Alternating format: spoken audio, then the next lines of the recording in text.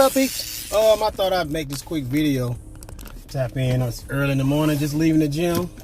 Thought I'd stop and get some coffee and head back to the house and do my caregiver stuff. And I thought I'd make this quick video, kind of give y'all an update on something I did. I dropped the ball recently, doing something I always preach against doing, and that's kind of listening to people's processes. And I dropped the ball on doing thorough research. Okay, and that was concerning the topic about an undertaking. I studied what an undertaking is, the concept and everything. You know, reading the Chancery book. What's it called? The Suits of Chancery, Gibson. I have that. You can download that on the internet. It's free. You can download it. All you gotta do is type that in your Google search, and you'll find an ebook. It's like a electronic book or whatever. Studied it out. Clearly understand the concept. However, when I created one to send off, I actually sent it to the county clerk. Not actually looking up exactly where to send it. Instead, I took advice of somebody, an individual who actually introduced me to it. And I was just sitting here talking to him about it. I talked to him about 3 hours about it from the get-go. And 1 minute, I'm thinking that, you're supposed to send it to the clerk. So I sent it to the county clerk. Then the county clerk mailed it back to me. Now, I don't get upset about when somebody sends something to me. I got to figure out what it is. But it did upset me. I was more so upset because I went against my own principles. I got to admit, I just fucked up. My own principles is basically just doing thorough studies and finding out exactly what to do, why you're doing it, how to do it properly. And I didn't do it. I didn't do the thorough, like, as far as the process goes. I understand the concept and why I'm doing it. I understand exactly what it's supposed to do. But where to send it is where I dropped the ball at.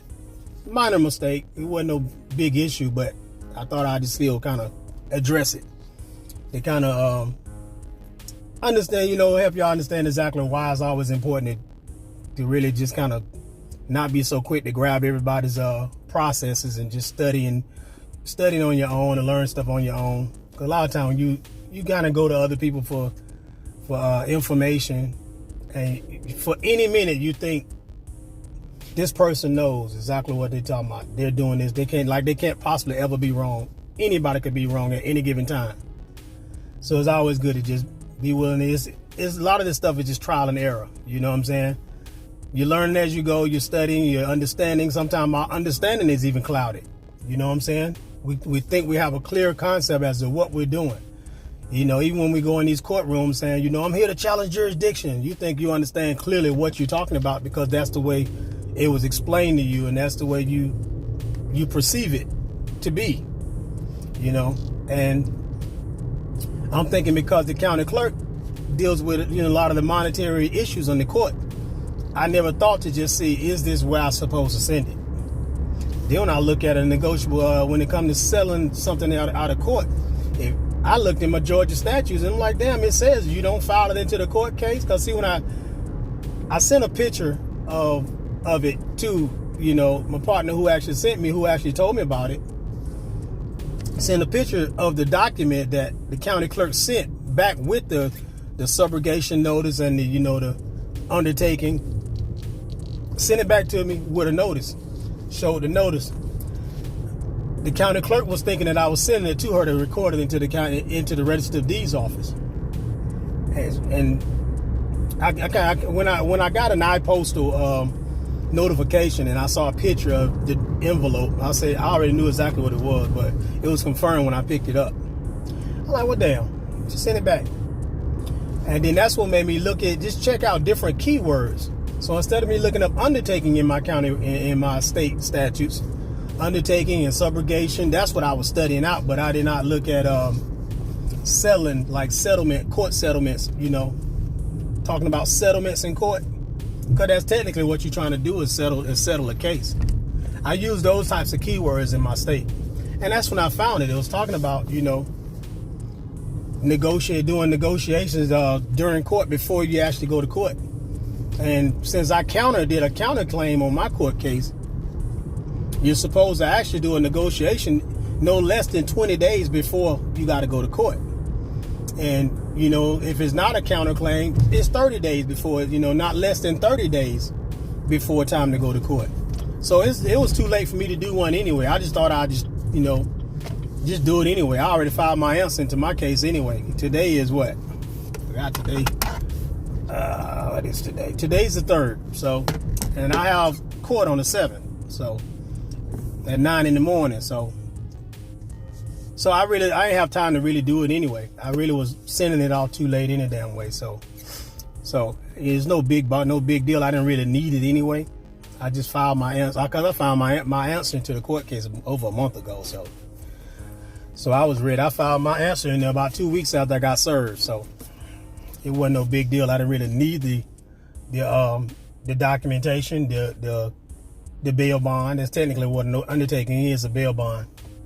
And so, but the thing is, I thought I'd make this video because I actually did. I dropped the ball when I actually just sent the thing to the wrong person. Just what if I was relying on that to actually be a remedy to do something? For one, I did it too late. For two, I did it too late because I learned about it too late. So it was already almost court time before I even learned about it. So I would have never sent it in the first place had I done thorough research as to who to send it to. But the thing is, you're supposed to send that to the one that's bringing a claim against you, according to the state statutes. And it makes sense. When you're selling out of court, you don't send it to the clerk. You don't send it to the judge. You send it to the opposing party. That's who you want to settle a case with. Because the courts are playing the role of like the neutral party. They don't have nothing, they're not to fight your case for you. They're not, you're supposed to send it to them. And you put, you send a notice or whatever, putting the judge on notice or whatever. You put whatever. You probably only have to put the judge on notice, but you according to the state statutes, you're supposed to send it to the opposing party, to the other party. So that was the thing. So when I sent a picture of the document to the guy that actually taught it to me and showed it to me, he was explaining everything that he did. And I'm like, he was saying, no, you're supposed to file into the case. And even that didn't sit right because the Social Security number is on the document. It's on the bail bond. You don't want to, you can't, it didn't make sense for me to do that, But so I just that's what made me go off into the state statutes and like, that didn't sit right. So I sent it to the clerk, she sent it back. Then he says, file into the court case. That's what you're supposed to do, file in the court case. I'm like, okay, I just kind of left it alone and I just went back into my studies. And that's when I found out you're supposed to send it to the opposing party. I'm like, oh, duh, Mike. But now I know. So it's like you learn as you go. You drop the ball sometime, but you got to be willing to be corrected. If you fuck up sometime, you got to own the fact that you fucked up and change what you're doing. Don't continue to try to do, what you're doing, knowing that you could be wrong, And it's just part of growing. It's part of advancing and, evolving. You can't keep doing the same shit over and over and not wanting to challenge yourself to be better at, on your researching and staying on top of learning. Don't stay on these cliches and, things that you hear on the internet all the time. It's everybody's growing constantly. None of us are perfect. None of us gonna, anybody try to sit on a damn pedestal like they don't fuck up at all. They're not growing either. So they too damn arrogant to be corrected. And they probably stuck in where they at too. So you got to be willing to learn, continue to learn what it is that we're trying to, try to get to the goal. It's just like when you play video games coming up. You playing Super Mario and you kept on getting to that one spot where you kept falling in that damn hole. You kept trying and you kept trying. You learning where you fucking up at, and eventually you learn, oh, I got it. You finally get it. That issue is not an issue no more. It becomes like child's play at that point because you've mastered that area. But it took you messing up a little bit. You messed up a few times. Learning how to ride a bike. You skint them knees up a few times. You fell out that bike a few times before you learn how to do it.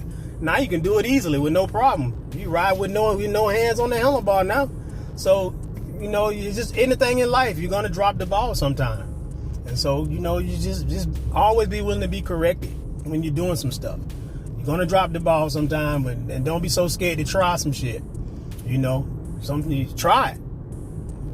And another thing, you know how people always quick to talk about, you know, you gonna do it right, man. They're gonna be knocking at your door. They're gonna lock you up. You need to cut them motherfuckers off. They always trying to scare people into doing anything. You know, these folks they're gonna lock you up because you fucked up. Because you filed some paperwork, or you submitted some paperwork that just has some inaccuracies in it or whatever. They're just gonna ignore your ass. You ain't gonna go to jail because your paperwork ain't right. People say they come up with the stupidest shit to try to scare you out of doing anything. You know, you don't need to be around folks like that. People like that, they stunt your growth. Cause you ain't able to learn nothing, cause you around folks that always scaring you into some shit, scaring you out of fighting. Cause they pussies, they want you to be a pussy. You know what I'm saying? So you just stay around people, stay from around people like that.